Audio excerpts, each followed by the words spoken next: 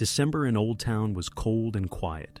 Snow lay in layers, the streets were almost deserted, and life in the small town flowed according to its usual schedule. But on the evening of December 14, a call came into the duty station. A typical domestic complaint. Several residents from a house on Walden Street reported a strong, persistent odor coming from apartment number 4. At first, no one paid much attention to it. Such things happened often in such buildings. Someone might forget to take out the trash or leave food in the refrigerator. But the smell had lingered for over a week, and with each passing day, it became more noticeable. According to neighbors, the apartment owner rarely appeared, mostly late in the evening. No one spoke to him much. He always seemed quiet, aloof, and caused no problems. So, when people started complaining, no one expected anything serious. But by the time the call reached the duty station, the smell had become so strong that residents on the 3rd floor demanded immediate action. The patrol arrived 20 minutes later. Behind the door, it was quiet. Officers rang the doorbell several times, knocked. No answer. From under the door wafted that sweetish smell, unmistakable. When the decision to force the lock was made, everything seemed routine. One of the officers recorded the process on a body camera. The second stood by, with his weapon ready, standard procedure when it is unknown what lies behind the door. When the door opened, the first impression confused everyone. No scene of chaos. The apartment was in order, furniture neatly arranged, belongings folded, photographs on shelves. The television was on, quietly showing the news. The refrigerator hummed, and 2 plates stood on the kitchen table. It seemed as if dinner had just been served. Even a candle on the windowsill, half burned, looked like a detail of a cozy evening. A few seconds later, a man emerged from the living room. Calm, a little bewildered, but showing no signs of panic. He introduced himself, Jonathan Moore, 39 years old. The police immediately realized he was the owner. His appearance revealed nothing strange. Dressed in house clothes, unshaven, but not disheveled. He asked what was happening, why they had entered. Hearing about the smell, he merely nodded briefly. All this time, he spoke calmly, almost too calmly. When the officers began their inspection, it became clear. Everything in the apartment was frozen in time. The bathroom was clean, the living room tidy. Only one detail disrupted the overall picture.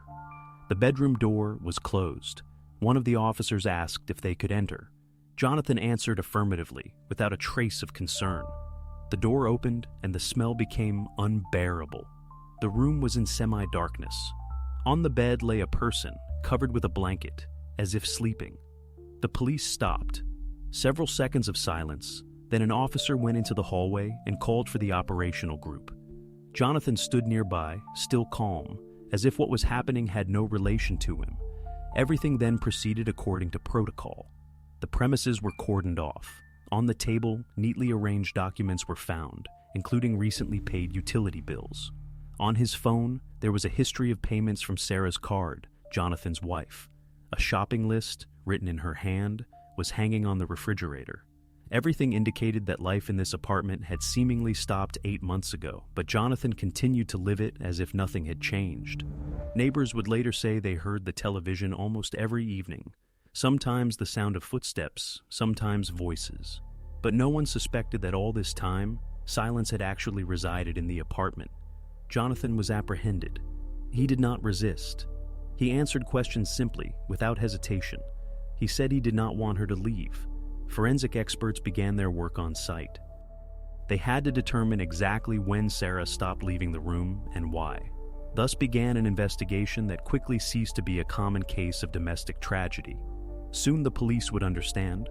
Jonathan Moore's story was not just a case of loneliness. It was something far more complex, in which the usual boundaries between love, loss, and madness had almost completely blurred. After the initial inspection and interrogation of Jonathan, investigators began to piece together the life of the Moores. The first steps involved archives work records, bank accounts, personal contacts. Jonathan was listed as a system administrator at a small company in Bangor. According to colleagues, he was punctual, calm, and conflict-free. A man no one remembered after work because there was nothing to remember. He always arrived on time, never complained, and never discussed personal matters. He went on leave 6 months before the incident, explaining it as fatigue and family matters. After that, he did not return to work but officially resigned with a statement. Everything seemed impeccable, formal, and legal. Sarah worked as a librarian at the Old Town City Library. Those who interacted with her described her as a quiet, attentive woman who avoided conversations about her personal life. She was respected at work, but little known. When she stopped coming in for shifts, management assumed she had taken health leave. A statement was indeed in the HR department, written in neat, even handwriting. No one had any doubts. No one called home. Neighbors spoke of them uniformly, calm, polite, almost unnoticeable. A couple who lived without loud quarrels, without guests, and without participating in the life of the building. There were never any police calls or noise complaints. They came and went together, drew the curtains in the evening, and lived their quiet lives. At first glance, an ideal middle-class married couple, but within this ideal, a strangeness was already palpable. They had no friends. Phone calls were only work-related, rare messages to relatives, no social media, no photos from recent years. Their existence seemed neatly packaged, as if isolated from the outside world. Even relatives recalled that Jonathan and Sarah rarely visited, citing busyness or health. This was not secretive behavior, just a voluntary disappearance from social life. When the police checked their finances, the picture remained just as calm. No debts, loans, or large transfers. Bills were paid regularly, everything done with one card. No sudden expenses, no signs of crisis. Even groceries were bought according to a list. Almost always the same: milk, bread, coffee, canned goods. Everything routine, predictable. Analysis of phone records also yielded nothing. The last calls were a few conversations with Jonathan's colleagues, then only short notifications from the bank and newsletters. On the home, computer movies, old photos, ordinary files, nothing suspicious. A psychologist, invited to consult the investigation, would later say that this was a typical picture of life in isolation, where people create their own world, cut off from external reality. At this stage, the investigation had no obvious theories. There were no motives, no enemies, not even conflicts. Everything that could be gathered pointed to a quiet existence without upheavals. And it was in this very tranquility that the main anomaly lay hidden. A couple who had lived peacefully for decades suddenly disappears from social life, and months later, the police discovered that their normal home had long ceased to be alive. For the investigators, this was the first important conclusion. The cause of the tragedy could not be external. Everything that happened was born within in the minds of people who had lived side by side for a long time, but perhaps had ceased to see each other. This conclusion directed the investigation further, to the moment when Jonathan and Sarah's familiar, calm world began to crack from within. After Jonathan's detention, the investigation began to reconstruct the chronology of events, when everything started, and at what point Sarah stopped appearing in public. The first step was to contact the library where she had worked for the past 5 years.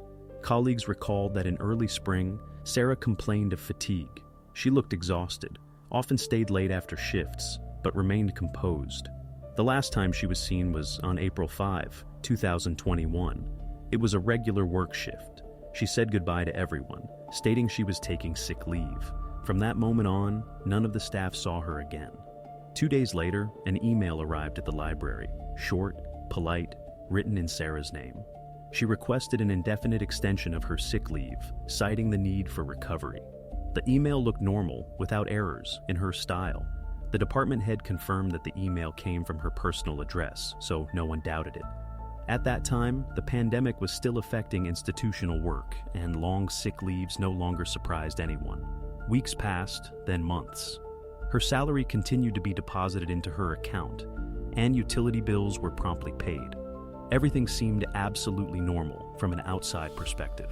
When investigators cross-referenced the dates, it became clear. This was the period when she disappeared. April 5, the last day anyone saw Sarah alive. After that, her existence was limited to electronic traces and email, payments, purchases. But all these actions could have been performed without her participation, and now the investigation needed to find out who exactly was doing this. In parallel, the forensic examiner conducted an inspection of the apartment. The condition of the room where Sarah was found indicated that much time had passed. Humidity, temperature, and lack of air access made the process of precisely determining the date extremely difficult. The The expert indicated only an approximate period, many months. This meant that she had passed away approximately in the spring or early summer, and this formulation coincided with the date of her last day at work. This moment became the first key coincidence. Sarah was last seen alive in early April, and by December, the police found what remained of her presence. 8 months. That's how long Jonathan continued to live in the apartment, as if nothing had happened. He paid bills, went to the store, returned home, and turned on the television. The police cross-referenced all data: bank transactions, internet activity, cell phone records. After April 5, there were no calls from her number, no internet access, no correspondence, no messages. However, activity on her bank card continued.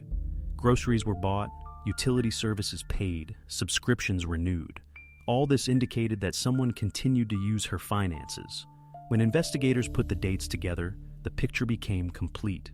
More than 8 months had passed from her last workday until her discovery. During this time, no one reported her missing because formally she continued to live. Bills were paid, the apartment was used, even email newsletters arrived regularly. Thus, the investigation first encountered the fact that external normalcy concealed 8 months of complete isolation. Now, their main task was to determine what exactly happened on the day Sarah last closed the library door behind her. After the crime scene was thoroughly documented, every corner, every surface, every minute detail, investigators began the first phase of the forensic examination. The main question was stark and simple. What exactly happened in this apartment? And was there any evidence whatsoever that Sarah was deprived of her life unnaturally? The initial examination was conducted by the Penobscot County coroner, a man with nearly 20 years of experience. He had examined scenes of varying complexity, but this case immediately stood out. Everything looked too normal. There were no signs of struggle, no disarray, not even traces of hasty actions. Everything was in its place: furniture, appliances, clothes, personal hygiene items. The sensation was as if time in the apartment had stopped. However, it was precisely this silence and order that were alarming. The coroner noted that the condition of the discovered body significantly complicated any assessment. Too much time had passed, not days or even weeks, but months. Soft tissues had undergone natural processes, and determining the presence of bruises, abrasions, or signs of strangulation became impossible. The skin had changed to such an extent that standard methods of recording external injuries no longer yielded results. Examination of the head, neck, limbs, all without visible signs of violence. In parallel, criminologists recorded the condition of the premises. On the walls, no stains, no traces of liquid. The bed where Sarah was found was neatly made, the blanket smoothly pulled, the pillow in place. On the bedside table, a glass of water, a book nearby. Outwardly an ordinary bedroom, as if someone had simply fallen asleep. Even the television in the living room was on when the police entered the apartment. Experts later confirmed that it had been on for at least 24 hours. All this created a strange feeling, as if life in this house continued, despite the fact that one of the occupants had long ceased to show signs of existence. Visually, the cause of death remained unclear. There were no signs of struggle, no signs of forced entry. No signs of anyone else's presence besides Jonathan. All locks were intact, windows closed from the inside. Even the fingerprints on the handles and doors belonged only to the two of them. The coroner completed the examination and made a preliminary conclusion. The cause could not be determined without a full post-mortem examination. The next day, Sarah's body was transported to the laboratory of the medical center in Bangor. A team of experts began the investigation. First, X-rays. They help identify possible fractures, internal cracks, traces of blunt force trauma, but here too, nothing. No rib injuries, no compression fractures, not even slight joint dislocations characteristic of a struggle. Everything looked as if the person had died naturally, without external influence. Next, an internal examination began. Lungs, heart, blood vessels, internal organs were checked. At this stage, pathologists look for any abnormalities from hemorrhages to signs of intoxication. However, even here there were no obvious pathologies. No signs of strangulation, no acute injuries, no ruptured blood vessels. doctors noted only general bodily exhaustion and signs of prolonged immobility. This could indicate sudden cardiac arrest, but without laboratory analyses, it remained a hypothesis.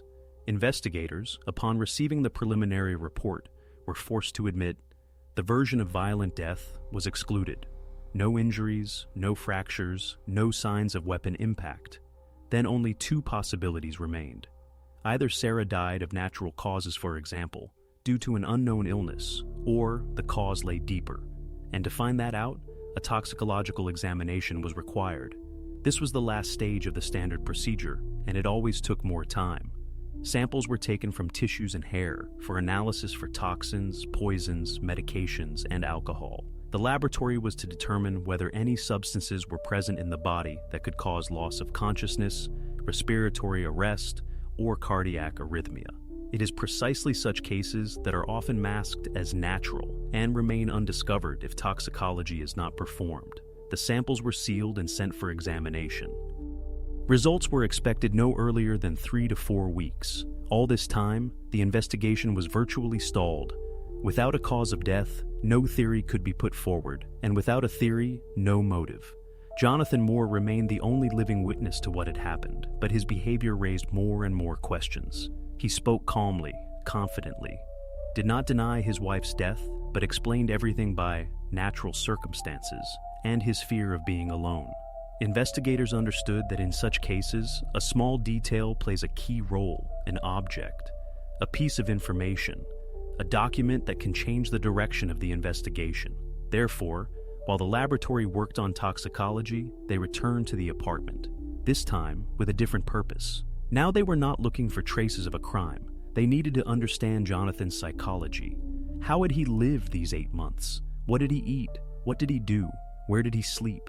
And it was during this second, more thorough inspection that they stumbled upon a discovery that completely changed the course of the case. This was the first real clue, small, but one that completely overturned the previous picture of calm madness. After the second apartment inspection, Jonathan was summoned for his first official interrogation. He was brought to the station that same evening, without handcuffs but under constant supervision. From the very beginning, he behaved calmly, almost indifferently, no panic, no confusion, as if everything happening was not to him. When asked by the investigator if he could explain what exactly happened, Moore uttered a phrase that would later become central to his case. "She just fell asleep. I didn't want her to leave." He repeated these words again and again, to different formulations of questions, sometimes slightly changing his tone, sometimes pausing as if trying to recall details, but the essence remained the same. He did not give a direct answer. He did not say he tried to call a doctor, nor did he deny or confirm that he noticed something was wrong. The investigator repeatedly brought the conversation back to the chronology. When exactly Sarah stopped getting up, how much time passed before he realized she was no longer breathing, but Moore seemed not to hear these questions. He did not deny that he lived alone in the apartment, did not hide that he continued to use her bank card, cooked for two, turned on the television, and talked to her. He only said it as if there was nothing strange about it. To the investigators, his state seemed confusing. On the one hand, his behavior indicated obvious psychological deviations. On the other hand, there were no grounds to consider him insane. He answered questions logically, spoke calmly, without aggression, accurately remembered dates and the sequence of events. There were no attempts at defense or remorse in his words.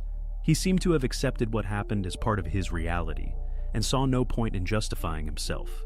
After 3 hours of interrogation, the officers understood. No useful information would be obtained from him. His words explained neither what happened to Sarah nor why he did not report her death. The investigator noted in the report, "The suspect's version is irrational. There is no attempt to mislead the investigation, but neither is there an awareness of what happened." The next day, the police consulted with the district attorney. This was a mandatory step to determine the legal qualification of his actions. Formally, there was no evidence of a crime, no signs of violence, no witnesses, not even a cause of death. The forensic examination was ongoing, toxicology results had not yet come in. Under such conditions, it was impossible to press murder charges. Nevertheless, Moore could not remain free. The prosecution found a legal formulation that allowed his detention. He was charged with articles related to concealing a death and improper handling of remains. These were technical interim articles that allowed a person to be isolated pending a medical conclusion. The wording sounded mild, but the essence remained harsh. He had concealed his wife's death for 8 months. At the court hearing, the prosecutor moved for arrest without bail. The defense tried to insist that Jonathan posed no threat to society, did not attempt to flee, and cooperated with the investigation. But the judge, having reviewed the case materials, recognized the situation as exceptional in nature. The decision was made quickly custody until the end of the investigation. At that moment, Jonathan Moore became the sole suspect in the case. He was isolated in the county jail, and investigators focused on awaiting laboratory results. Now, they were the ones who had to answer the main question. Did Sarah truly die on her own, or had Jonathan been hiding something far more terrible all this time? Investigators understood. 8 months was too long a period for no one to notice anything. Sarah didn't go to work, didn't appear at the library, didn't call relatives. Yet, no one raised the alarm. This meant Jonathan somehow created the illusion that everything was fine. To understand how he managed this, the investigation started with the most obvious finances. Inquiries to the bank and utility services showed a strange, almost perfect stability. All bills, mortgage, internet, electricity were paid on time without a single hitch. Even insurance and taxes were debited as usual, not a single overdue payment. It seemed as if the same couple continued to live in the house, just a little more withdrawn. All payments were made from one card, a debit card, issued in Sarah Moore's name. The bank confirmed that transactions were performed from the home IP address, i.e., from the very computer that stood in the kitchen. Moore used her online account, logged in with her username, without even changing the password. For the outside world, this woman's life continued. On paper, in the banking system, in the tax database, she existed. Every payment, every check created a digital trace, maintaining the illusion of her presence. The police went further. They checked Sarah's email and social networks. Another detail was discovered there. On the day she went on sick leave, an email indeed arrived at the library where she worked. It stated that Sarah was feeling unwell and would take a few weeks to recover. The email looked correct, polite, in her usual style. But forensic examination established the message was sent from Jonathan's home computer, already after, according to preliminary data, Sarah could not have written it. This was the first direct trace that he was acting on her behalf. Not just keeping silent, he was actively creating the appearance that she was alive. He responded to emails from colleagues with short phrases like, "Everything's fine," and "still resting a bit," which helped avoid suspicion. Once, he even ordered books in her name through the library system where she worked. Later, the investigation would establish all these actions had one goal: to maintain the external impression of a normal life. With each passing day, the investigation moved further away from the theory of madness. What initially seemed to be the result of a mental disorder began to acquire signs of sequential and rational behavior. Jonathan was not merely living next to his wife's body. He systematically concealed the very fact of her absence. Investigators pieced together everything that pointed to this scheme: the use of her bank card, access to her email, imitation of correspondence, maintenance of bill payments. All this required concentration, planning, and an understanding of the consequences. This is how people who have not lost touch with reality act, but rather those who consciously choose deceit instead of confession. Gradually, the investigation began to lean towards the idea that they were dealing not with a tragic story of mental breakdown, but with a meticulously constructed system of deception. Perhaps the motive was not only attachment. There was also money and fear and a desire to avoid consequences. But most importantly, none of this seemed accidental. Now, the police had one question left, on which the entire direction of the investigation depended. Everything Jonathan did made sense only if he was indeed concealing a crime, or else they were dealing with a person so detached from reality that he tried to maintain the illusion of family life at any cost. The investigation would now have to answer precisely this: what lay behind his actions? Cold calculation, or a desperate attempt to hold on to what could no longer be regained? When investigators began to meticulously examine the apartment, it became clear. Jonathan wasn't just maintaining the illusion of a normal life. He was literally living in it, as if nothing had changed. In the kitchen, there were 2 cups, neatly washed and placed side by side. in the refrigerator containers of food, portioned out, as if dinner had been prepared for two, in the trash can empty packages of ready-made meals, which they usually bought together. On one of the receipts found in the basket, a date from mid-August. On the shopping list, 2 sandwiches, 2 yogurts, 2 decaffeinated coffees. Experts conducting the search noted everything in this apartment looked as if someone was trying to freeze the usual rhythm of life, neither adding nor removing anything. Even the TV remote lay in the same spot where it was found during the first visit. On the bed in the bedroom, neatly folded women's clothing lay, as if prepared for the next day. On the nightstand, cosmetics, a comb, glasses. All this created the impression that Jonathan continued to live not just next to, but within this imitation. When investigators reviewed surveillance cameras from the nearest store, it became even stranger. The footage showed him regularly going grocery shopping, always buying 2 portions, sometimes women's products. Sales clerks later confirmed he often smiled and answered questions like, "How's the wife?" with a short, "Everything's fine." Moore's behavior became a central point for psychological and psychiatric examination. The court ordered it almost immediately, understanding that the entire future qualification of the case depended on it. If he was indeed in a state of mental disorder, he could not be judged on general grounds. The examination lasted more than 3 weeks. Jonathan underwent a series of tests, conversations with psychiatrists, and his behavior, reactions to memories, and emotional manifestations were analyzed. Doctors noted that he spoke calmly, confidently, showed no aggression, and did not evade answers. He did not deny that he understood what he was doing. He simply saw nothing unnatural in it. In one of the conversations, he uttered a phrase later included in the report. "When you live with someone for a long time, the line between I and we disappears. And when she was gone, I just continued to be for both of us." For specialists, this became a key moment. There were no signs of acute psychosis in Moore's behavior. He did not hear voices, did not suffer from hallucinations, did not show disorientation. But at the same time, there were signs of a severe personality disorder with elements of dependence and isolation. His consciousness seemed to be stuck at the moment of loss, not allowing him to accept reality. Psychiatrists called this pathological attachment, when a person is unable to emotionally detach from a departed loved one and begins to build an artificial life around them. At the same time, an important point in the conclusion left room for the prosecution to press charges. Despite emotional distortions, Jonathan understood the nature of his actions and could control his behavior. He was aware that he was breaking the law when he used his wife's bank card, sent emails in her name, and concealed the fact of her death. That is, legally, he remained sane. When the results of the examination reached the prosecutor's office, there was no doubt left. His condition could be considered unstable, but not exempting him from responsibility. He was not a madman acting in delirium. He was a man who consciously built a false reality and maintained it for 8 months. This conclusion became a turning point. Now, the investigation knew that they were not dealing with a sick person who had lost touch with the world, but with a person who had made a conscious decision to live in a fictional version of events. And if he did it so consistently, then he had a motive one that investigators were now obliged to find. The next stage of the investigation was to show whether he was hiding a tragedy or meticulously concealing traces of a crime. The report from the lab arrived 1 month after the samples were sent for analysis.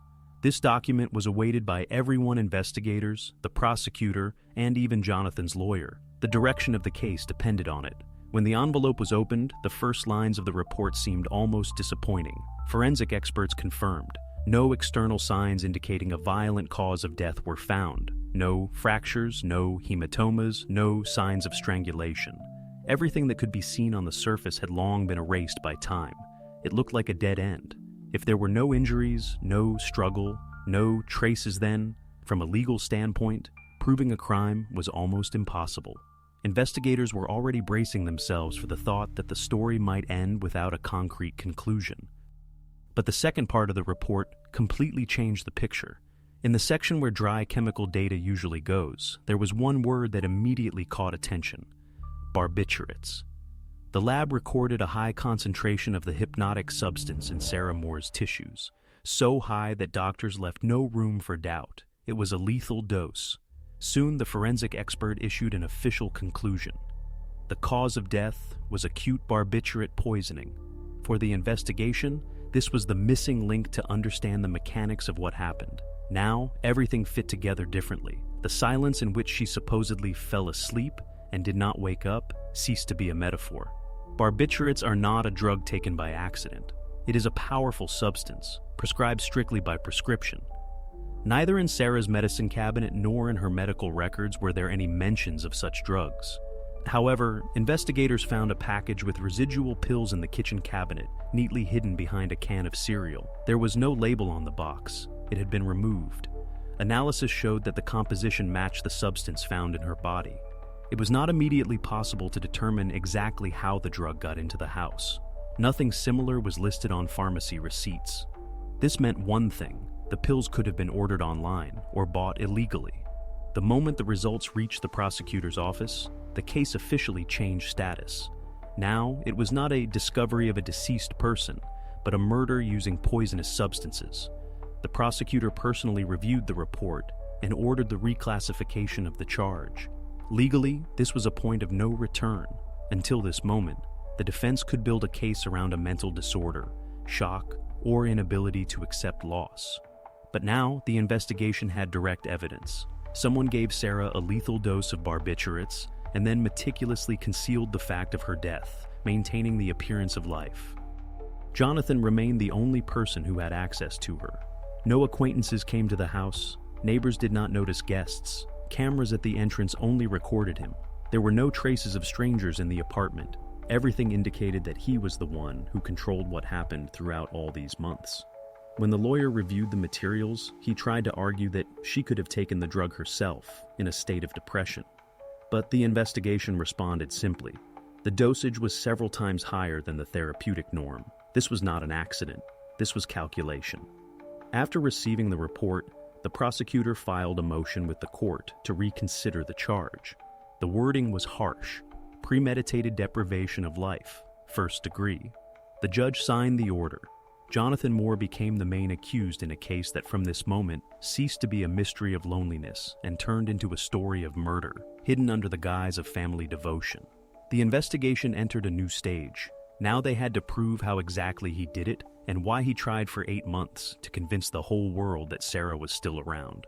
When the results of the toxicological examination formed the basis of the case, the prosecution demanded a detailed expert conclusion. The court needed not just to hear the word barbiturates, but to understand what that term meant in facts and figures. For this, the state's chief toxicologist was invited, a specialist with over 20 years of experience, a person who knew everything about such drugs. He was the one who had to explain to the jury whether Sarah Moore could have taken such a dose herself, or if it was impossible. The expert began simply. He showed a table. In medical practice, barbiturates are prescribed in microdoses within limits that ensure sleep but pose no threat. The concentration of the substance found in her tissues exceeded the norm by at least 5, and by some calculations, 7 times. For a person not accustomed to such drugs, this is a level at which immediate loss of consciousness, respiratory arrest, and consequently, death occurs. In his report, the toxicologist emphasized that even if Sarah had somehow decided to take these pills herself, physically she would not have been able to do it in stages. Barbiturates begin to act within a few minutes.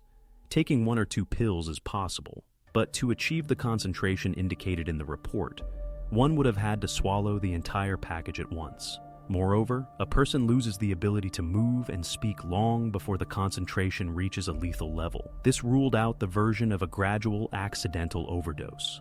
During the hearings, the prosecutor asked the expert to clarify, could it be considered that she took the drug consciously, of her own free will? The toxicologist answered without hesitation, no. None of the circumstances indicated voluntary use. No notes, no prescriptions, no traces of illness that might have necessitated such drugs. Furthermore, the analysis results showed that the medication was dissolved in liquid. This meant that the substance could have been mixed into a drink, and the person would not even have tasted it.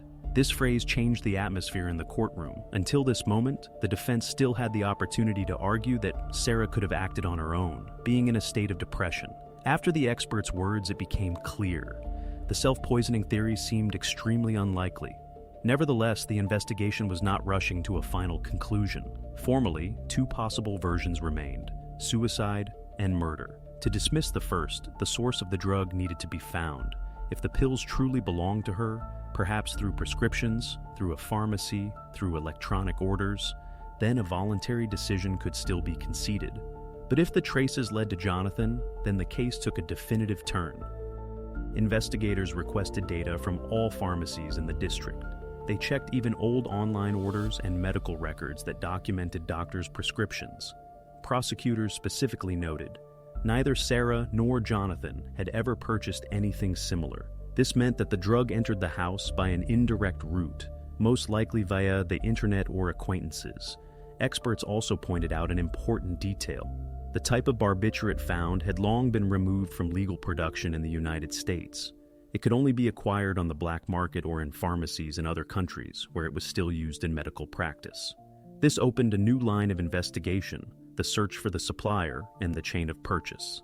Now, the investigation faced its last and most crucial step.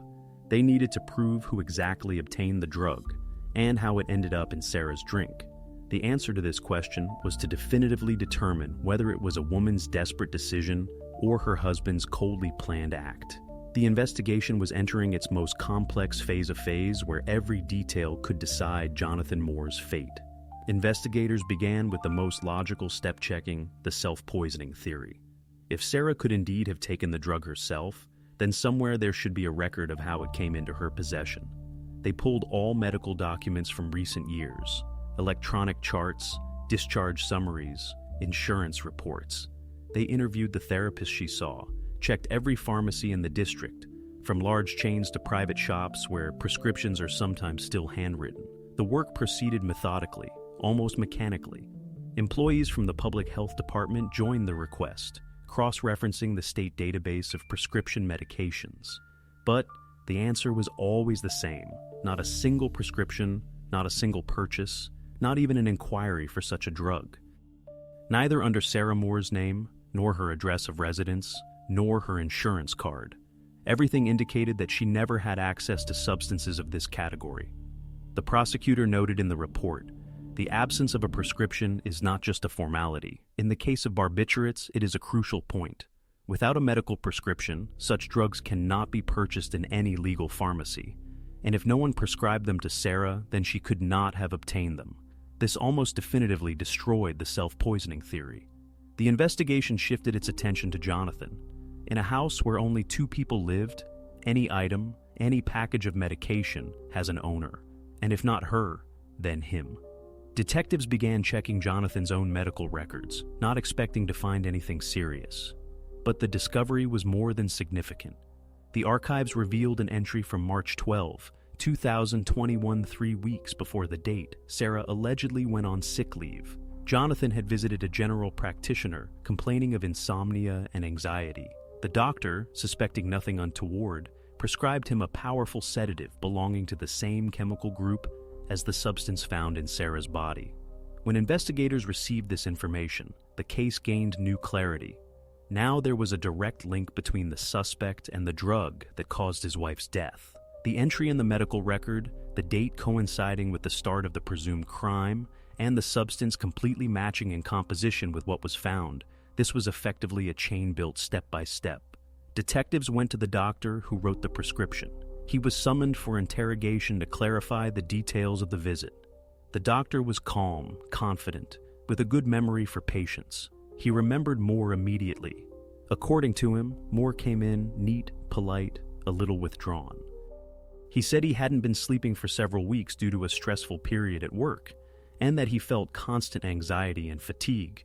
By all indications, this could indeed have been a case of nervous exhaustion. The doctor noted that the patient seemed excessively composed, as if trying too hard to make an impression of someone in control. But at that moment, it did not raise suspicions. Stress and insomnia are common. He prescribed him a short course, a minimal quantity of pills, to restore sleep. Now this detail took on an entirely different meaning. The investigation established that after receiving the prescription, Jonathan filled it at the pharmacy, but there were no subsequent visits to the doctor, no complaints, no follow-up examinations. In essence, he disappeared from the medical system's radar immediately after obtaining the medication he needed. When all this was assembled into one timeline, the picture became almost obvious. Jonathan had prepared in advance. He did not buy the substance on the black market, did not seek detours. He simply used a legal scheme, a complaint, a prescription, a purchase. Everything looked clean.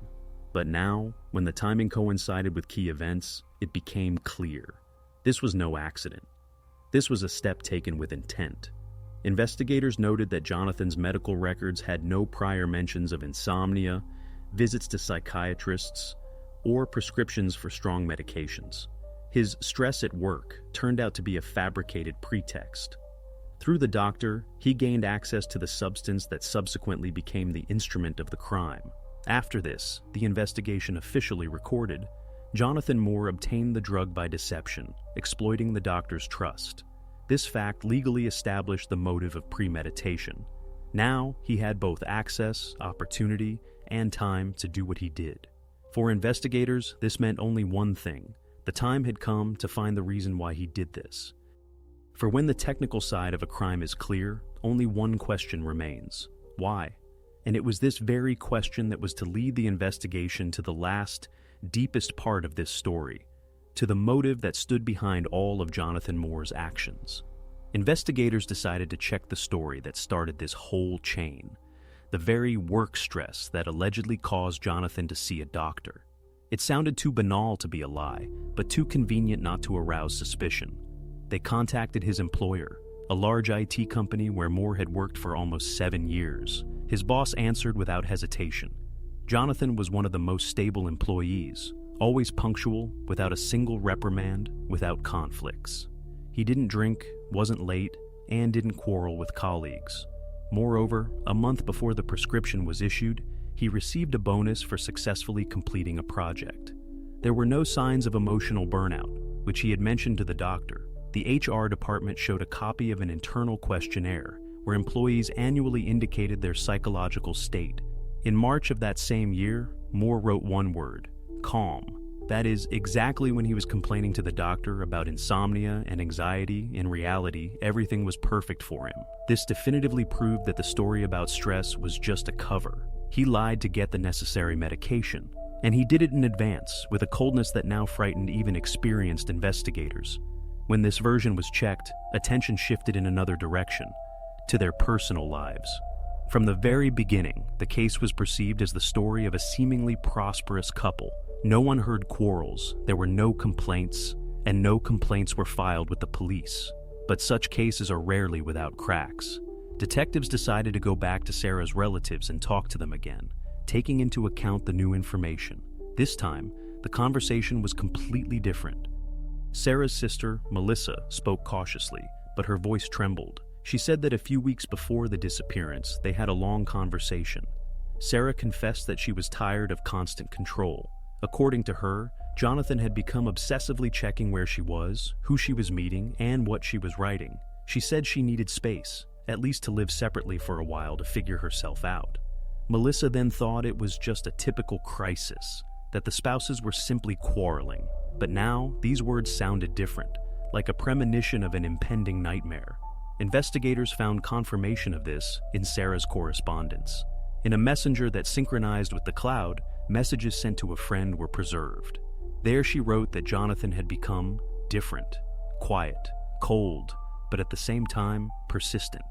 He didn't raise his voice, didn't cause scandals, he just watched. Always nearby, always knowing where she was, even when he shouldn't. She complained that she felt trapped, as if every step was being recorded. This information completely changed the perception of their relationship. The perfect marriage that neighbors spoke of turned out to be a carefully constructed facade. In reality, an invisible wall grew between them, her desire for freedom and his manic need to hold on. Psychologists who consulted the investigation later called this a state of pathological dependence. Moore didn't have the usual outbursts of aggression common to jealous people. He didn't control by force. He controlled by presence. He literally lived to be near her, dissolving into her space until the boundaries completely disappeared. When detectives compared these facts with his lie about the prescription, everything fell into place. He knew she was going to leave. He understood that if it happened, he would be alone. And it was this, according to experts, that was unbearable for him. Since adolescence, Jonathan had been diagnosed with an anxious personality type, a strong dependence on close relationships, and an obsessive fear of loneliness. In psychological terms, a panic syndrome of object loss. Melissa remembered one more detail. In that last conversation, Sarah said the phrase, "He can't be alone. That scares him more than anything." Back then, she said it with pity, not fear. She didn't think that fear could become destructive. For the investigation, everything became obvious. His motive was not related to money, inheritance, or jealousy in the usual sense. It wasn't an outburst of anger or an impulse. It was a fear of loss, taken to a painful extreme. He didn't want her to leave, couldn't imagine her not being there. And so, he chose a way for her to stay forever, perhaps not alive, but still nearby. When all these elements were brought together, the investigation had a complete outline of the case. A lie to the doctor, a medication obtained in advance, control, isolation, and that pathological fear that pushed him to the brink. Jonathan Moore had everything: the means, the access, and the motive. The next stage of the investigation was to confirm the most important thing, not just how he did it, but also how long he had been preparing for this step. When the investigation gathered all the threads, the moment everyone involved in the case had avoided arrived. The second interrogation of Jonathan Moore, the first, had been almost useless. He remained silent, sometimes nodding, sometimes repeating the same phrase. "I didn't want her to leave." At that time, the investigator decided not to pressure him. He understood that such people rarely confess under direct pressure. He had to wait until he had no line of defense left. And now, that day had come. The interrogation took place in an ordinary room with a glass partition and a camera on the ceiling. No special effects, just two people and a stack of documents. The investigator placed a thick folder in front of him, labeled Moore, Jonathan, Case No. 432. He opened it and began to speak calmly, without threats, without pathos. He simply listed the facts. First, the forensic expert's report, then the results of the toxicology analysis. Then, the data about the prescription issued in Moore's name. Next, the doctor's testimony. And finally, a printout of Sarah's correspondence, where she wrote to her sister that she was afraid of suffocating in this house. Jonathan listened in silence. He didn't interrupt, didn't deny, just sat with his eyes downcast. On his face, neither anger nor fear, only weariness. The investigator continued, without changing his tone. He knew that silence in such a situation worked worse than any words. When all the facts had been stated, he said briefly, "All of this, these are your actions. Everything that happened began with your decision." At this moment, Jonathan raised his head. For a long time, he just looked at the investigator, as if weighing something internally. Then, for the first time, he spoke. "I didn't want her to be unhappy. I just wanted her to stay." This phrase became the starting point for a new stage. He didn't deny giving Sarah the medication, but he immediately rushed to explain that it wasn't an intentional act. According to him, they were arguing more and more often, and that evening she had packed her bags, intending to go to her sister's. He claimed that he persuaded her to drink some wine to calm down, and added the sleeping pills so she could get some sleep. He said he only wanted everything to slow down, so they wouldn't make a decision in a fit of emotion. The investigator listened without interrupting. He gave Moore a chance to speak his mind. Jonathan recounted that after Sarah fell asleep, he sat beside her, waiting for her to wake up, but she never woke up. Then, he said, he panicked. He didn't call doctors, didn't notify the police. Instead, he decided that she simply stayed with him. With these words, the interrogation room seemed to fill with an unbreakable silence.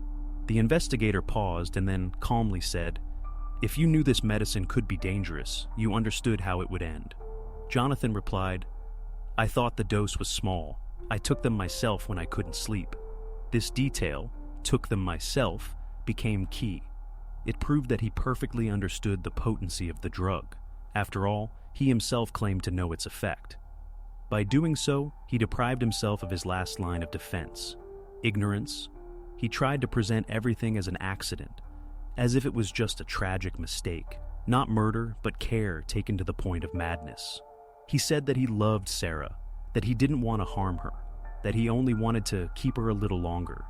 In his words, there was no remorse, no malice, no attempt to justify himself, only some distorted logic of a person who doesn't see the boundary between love and control. The prosecutor, reviewing the interrogation recording, would later say that this was a typical example of partial confession, when the suspect agrees with the facts but changes their meaning. He admits to the actions but denies intent. This is a dangerous line of defense.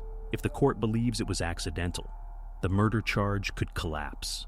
Then only a charge of causing harm by negligence would remain, and the punishment would be many times lighter. The investigation understood. Now, everything depended on one thing: whether they could prove that Jonathan knew exactly what dose he was giving. To do this, they needed to find traces of preparation: internet searches, notes, memos, correspondence, anything that would indicate he was aware of how potent the substance was. After the interrogation, the investigator left the room, leaving Moore alone. The camera continued recording. The video shows him sitting motionless, not moving, not speaking.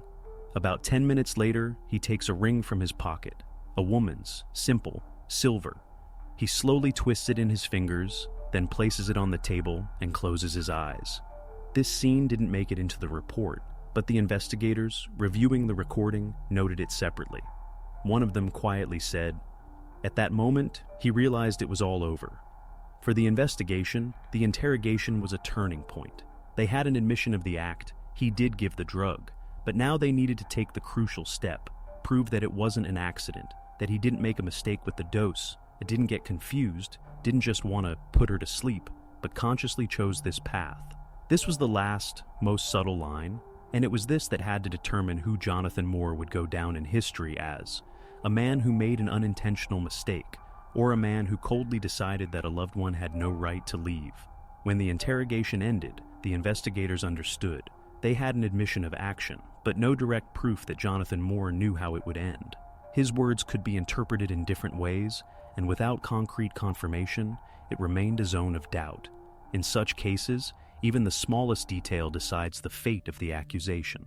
They needed to find not just a clue, but a trace of thought. And if such a clue could exist anywhere, it was only in his digital footprints. Experts from the cyber analysis department gained access to Jonathan's laptop, seized on the day of the search. At first glance, an ordinary device, neat, with a minimum of personal files, a clean desktop, a standard set of programs. But specialists knew that a clean computer doesn't mean empty. Every query, every open page leaves a digital trace, even if the user deleted it. It was decided to perform a full data recovery, including temporary files, browser cache, and remnants of search queries. The procedure took several days. The computer was connected to a specialized data analysis station, which piecemeal restored deleted fragments of history. For the first 24 hours, nothing appeared, only routine traces, bank transactions, bill payments, email logins, a couple of Amazon orders. But on the third day, one of the experts noticed a familiar combination of words in the list of deleted queries. First, barbiturate's dosage, then, how long before barbiturate overdose takes effect. The date, March 2021, and then more. Within an hour, more than 10 queries were recovered from the device's memory. All of them concerned one topic: dosage, symptoms, consequences, and duration of action of hypnotic drugs. Among them, a query made 2 days before Sarah's disappearance: fatal dose of secobarbital, and a little later, how to make someone sleep for a long time without pain.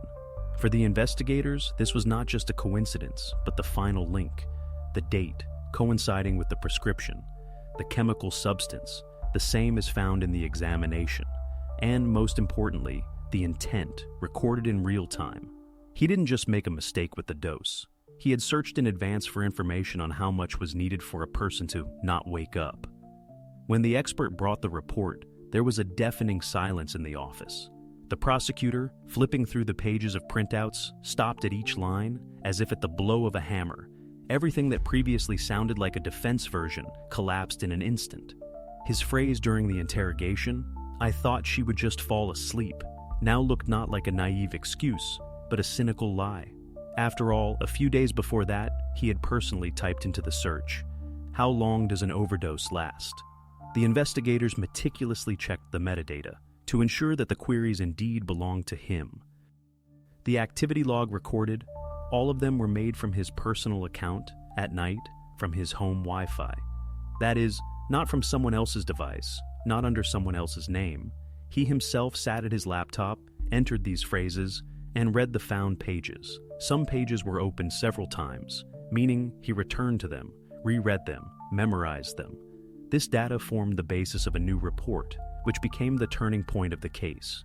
It clearly stated, the suspect's actions show signs of conscious planning and preliminary preparation. In legal practice, this is called premeditation, deliberate intent. This very word became key. It separates an accidental tragedy from murder. When the prosecutor received the results of the examination, he uttered a phrase that became part of the case file. That's it. Now we have not just a story, but proof of thought. Jonathan's version of a tragic accident lost its meaning. No court would accept an explanation of an accidental overdose when a printout of his searches for fatal doses lies on the table. This was the very proof that most similar cases lack. Not fingerprints, not traces, but a thought recorded by a machine. From this moment, the investigation moved from the search phase to the preparation for trial phase. Now, all that remained for the investigation was to reconstruct the chronology of events minute by minute to prove Jonathan Moore not only knew what he was doing, but made a conscious decision. And he did it coldly, without breakdowns, without panic, planning every detail in advance. When Jonathan was brought in for the final interrogation, there was a peculiar silence in the room. Not tense, but thick, almost viscous. Those who worked on such cases knew. This is how it is when everything is already decided. The investigator was not going to argue or persuade. He simply had to hold up a mirror to him, reflecting everything he had tried to hide for 8 months. A thin folder was placed on the table, white, almost innocent looking. No thick reports, no loud words, just a few printed sheets. The investigator pushed it towards Jonathan and leaned back in his chair. Not a single phrase, not a single explanation. Only silence and paper. Jonathan lowered his gaze. At first, he just scanned the text, not immediately realizing what was in front of him. Then his gaze caught on the first lines. How long does barbiturate overdose last? And suddenly, something changed. As if he understood that this was not just a set of words, but a trace of his own thinking. He turned the page, then another. There were dates, March, April, queries, lethal dose, how to make someone sleep without pain, symptoms before overdose. He read without lifting his eyes. Time seemed to stand still. Even the camera in the corner recorded this silence, because words were already superfluous here. The investigator was silent. The lawyer was silent. Jonathan also. He just looked at the printouts, and from the tension in his fingers, it was clear. Each query was a blow. Finally, he said quietly, "You don't understand. I didn't want it to end this way." This phrase sounded like an echo of an old, no longer valid excuse. It had no weight, because before him lay evidence that he knew everything in advance. The investigator did not answer. He merely closed the folder and, pushing it slightly away, said calmly, "These are your words, only written not here, but there." The pause dragged on. The lawyer leaned in, said something quietly, almost in a whisper. Jonathan listened, without reacting. His face became motionless, as if he was no longer resisting. For several minutes, he just sat, then nodded. There was something final in that movement. The dictaphone was switched on. The click of the button signaled the beginning of his confession. He spoke slowly, like a person who finds it difficult to choose words, because each of them is like a step in his own footsteps. He recounted that a month before the tragedy, their relationship had completely fallen apart. Sarah was going to leave. He tried to persuade her to stay, promised that everything would change, but she had already made her decision. And then a thought appeared in his head, strange, absurd, but obsessive. He believed that if he could stop her, even for a while, she would change her mind. He began to look for ways, at first harmless ones, sedatives, herbal tea, conversation, then stronger ones. He admitted that one day, unable to bear it, he typed into a search engine, barbiturate sleep dose. That was the first step, after which there was no turning back. He found an article that explained that a certain amount causes deep sleep. At first, he just wanted to put her to sleep for the night, to take a breath. Then he started reading further about overdoses, about concentrations. And the more he learned, the more he convinced himself that he was in control of the situation. He recounted the evening when everything happened. They quarreled again. Sarah said she would leave in the morning. He took a bottle of wine, offered her a drink to calm down. Then, the pills. Just for sleep, he told her. He even remembered her smiling tiredly and asking, "And you'll drink too?" He nodded, but he himself swallowed only one. Then he sat beside her, watched her fall asleep, said that everything would be fine. And when she stopped breathing evenly, he thought it was just sleep. He sat for a long time, not moving. Hours passed, but he did nothing. In the morning, when he realized she wasn't waking up, he didn't call anyone. He said, "I couldn't admit it was over. I wanted her to stay, somehow." He uttered this with such cold calmness, as if he were talking not about himself, but about someone else.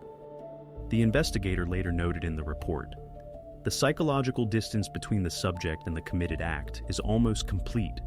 This meant that he was aware of what he had done, but did not feel a connection between the act and himself. When the recording ended, he remained silent for a long time. Then he quietly asked the lawyer if his confession would be part of a plea deal.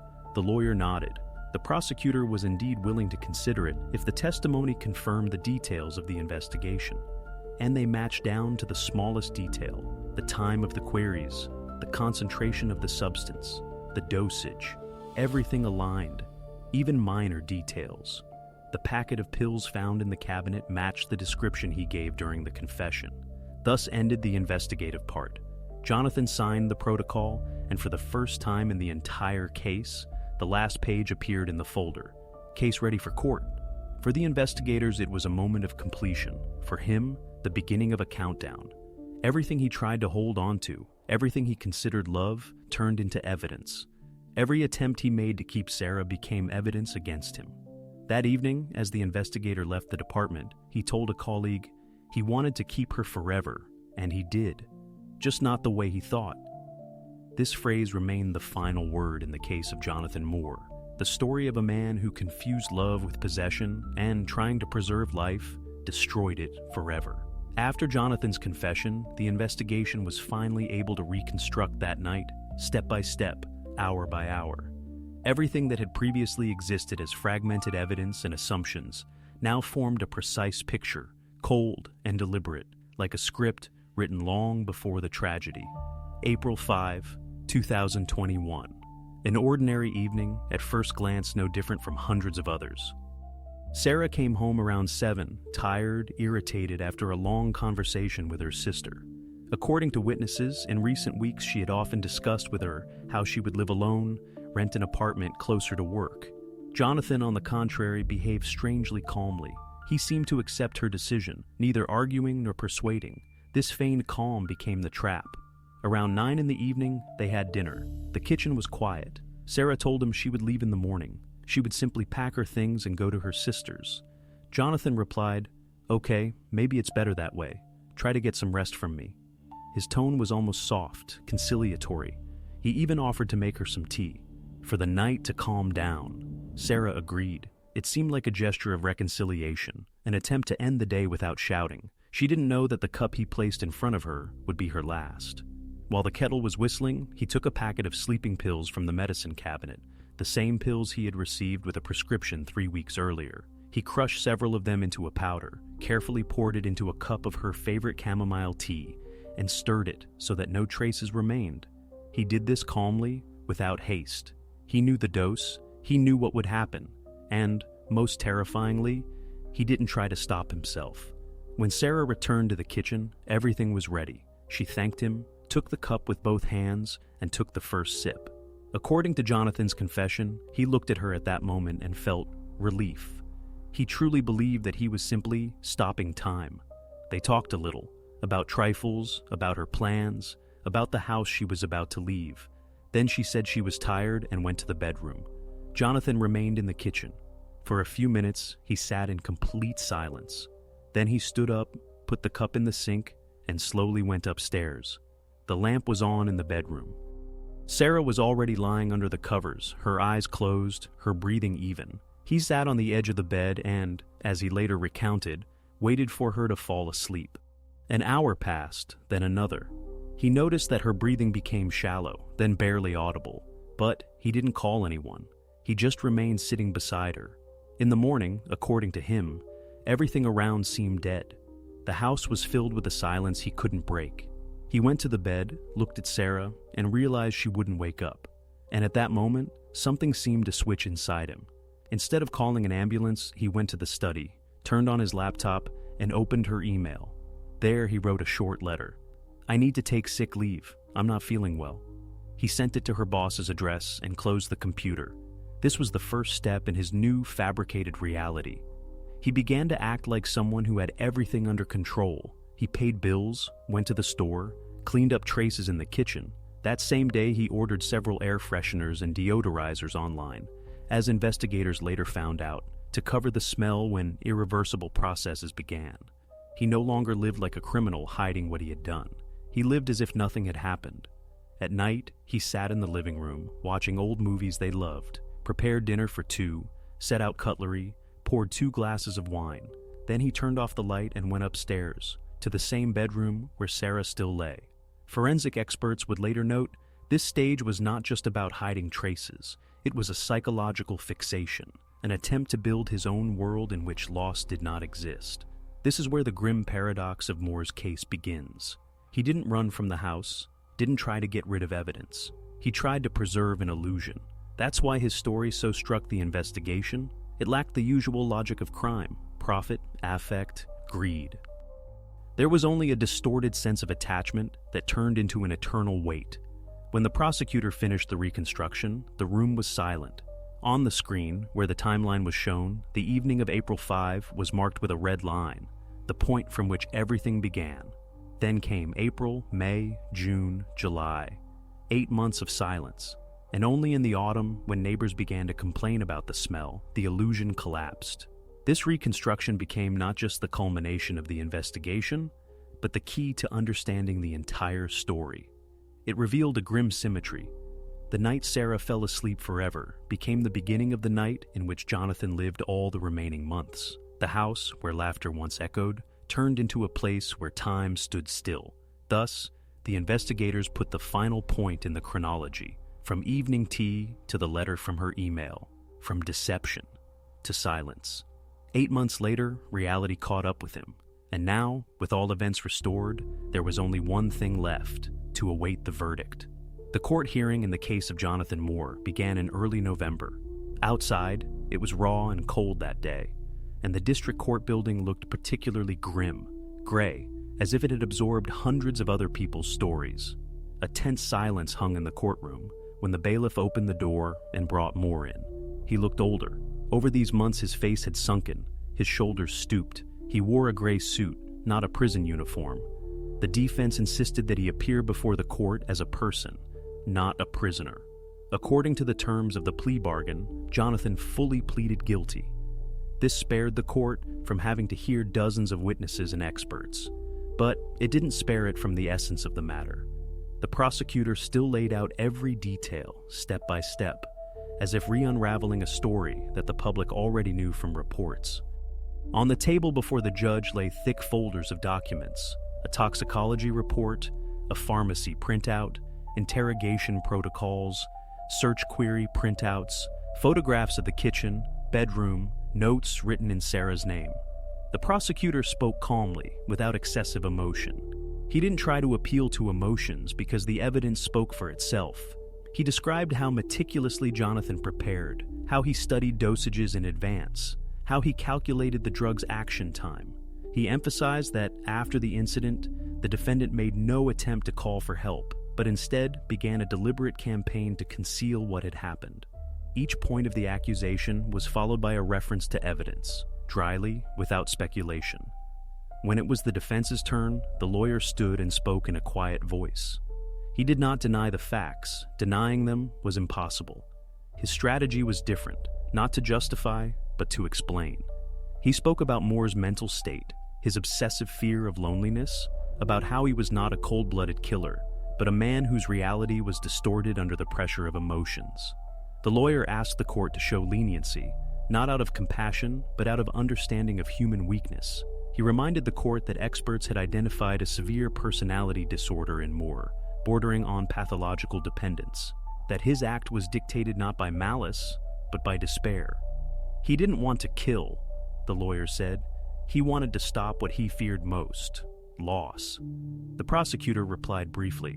There was neither anger nor theatricality in his words. He merely noted, a disorder does not negate awareness. A person who searches in advance for information about doses and the duration of a poison's effect understands what he is doing. He is not in a fit of passion, he is calculating. The judge listened in silence. Neither irritation nor pity was reflected on his face, only attentiveness.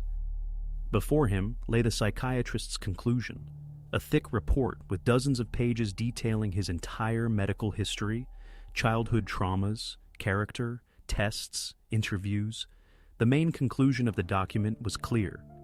The existing personality disorder did not exclude the ability to understand the nature and consequences of the actions committed. At the time of the alleged act, the subject was in a state of sanity. This meant he understood what he was doing and could have stopped, but he didn't. The judge also noted aggravating circumstances, premeditation, concealment of evidence, exploitation of the victim's trust. All of this indicated a high level of awareness.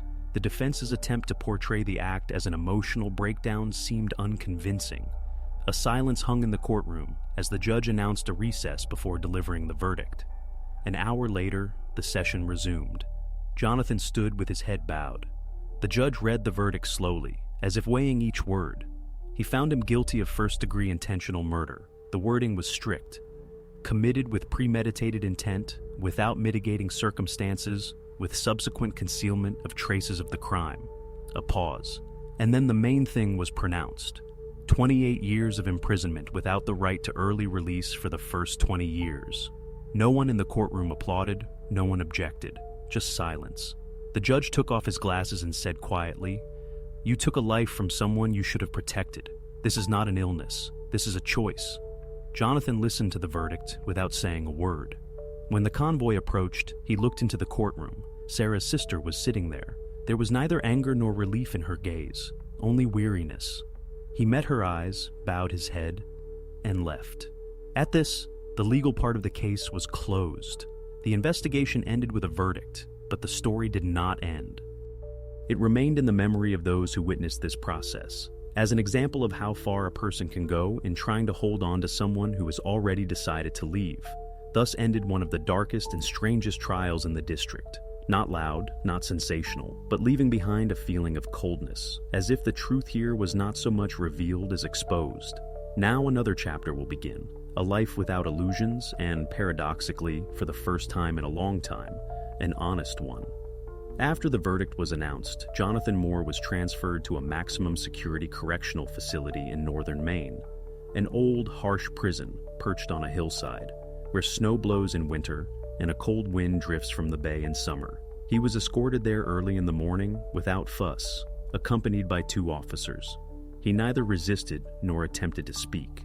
According to the guard, he sat motionless all the way to the prison, staring out of the same window, as if he saw not the road, but his own past. At the correctional facility, he was placed in a separate cell, as those convicted of crimes against loved ones often become targets of pressure from other inmates. For the first few weeks, he barely left his cell. Then he started reading. He had access to a library in prison, and, strangely enough, he chose books on philosophy and religious ethics. Sometimes he wrote letters, but they had no recipients. He had no relatives left, no friends either. Most of the letters were returned with the note, "Addressee moved." Sarah's family, her sister and mother, after all legal procedures were completed, finally received permission to retrieve her remains. They held a farewell in a small circle, without press, without cameras. It was a quiet ceremony, a simple wooden urn, a few words, and the wind that drove leaves across the wet ground of the cemetery. After that, they left the city. They moved to another state, changed addresses. For them, all of this was not just a trauma. It was a life that once stopped on pause and never resumed. The house where everything happened remained sealed for almost 1 year. When the investigation was completed and experts lifted the ban, apartment number 4 on Walden Street underwent a full sanitary treatment. The floors were replaced, the walls repainted, all furniture removed. Nothing remained of the previous furnishings. Even the doorknobs were replaced. But, as is often the case in such situations, erasing the atmosphere proved more difficult than the smell or the traces. People living in the same building long avoided even approaching that door. A year later, the real estate agency finally put the apartment up for sale. The price was set below market value. Too many rumors circulated around that address. And by law, the agent was obligated to inform every potential buyer that a death had occurred in the apartment. This was not advertising or gossip. It was a legal obligation. The ad contained a dry line. Owner died on the property. This phrase was enough to make almost all interested parties disappear. The agent who handled the sale later told journalists he showed the apartment 19 times. People would come in, look around, and almost everyone said the same thing. It's cold, not in terms of temperature, just as if a shadow remained in the air. No one could explain why. Gradually, apartment number 4 turned into a local legend. It was discussed on the forums and small crime blogs wrote about it, claiming that footsteps could be heard there at night or that the light would turn on by itself. All of these were, of course, rumors, but they strangely kept interest in the case alive. The house became a reminder that tragedies don't end with verdicts. They remain in space, in the walls, in the windows, in people's memories. After 3 years, Jonathan Moore's case was officially sent to the archive. The thick folder with a gray spine and the inscription "State vs. Jonathan Moore" took its place on the shelf among hundreds of others. The cover bore the mark, "Closed. Verdict entered into force." Formally, the story was completed. But for criminal psychologists, it was just beginning. It began to be dissected in university lectures, discussed at conferences. Psychiatrists viewed it as an example of a specific type of dependence, where love turns into pathological possession. Investigators, as a rare case where a crime was not born of anger, but of fear. And law professors cited this case as an illustration of the boundary between disorder and conscious choice. Journalists sometimes returned to the topic, especially on the anniversary of the verdict. Newspapers published articles under headlines like, "The Programmer Who Wanted to Stop Time." Some saw him as a monster, others as a madman. But in the end, everyone came to the same conclusion. This is a story about a man who confused love with ownership. Somewhere deep in the archives of a Maine prison lies his personal file. It states that he does not violate the regime, participates in reading programs, and even helps the librarian. It also contains a line stating that no one comes to visit him. He lives in a world where everything has stopped. Apartment number 4 remained unsold. The owner stopped renewing the advertisement. They say it is now rented out as a warehouse because no one dares to live there, and the neighbors, passing by, still habitually quiet their steps. Thus ends the case of Jonathan Moore, the quiet programmer who could not let go of the one he loved. He wanted to keep what no longer belonged to him forever, but in trying to stop time, he himself became a prisoner of that moment. Now, his name is just a line in an archive, and the apartment, an empty shell of memory. Everything else has dissolved.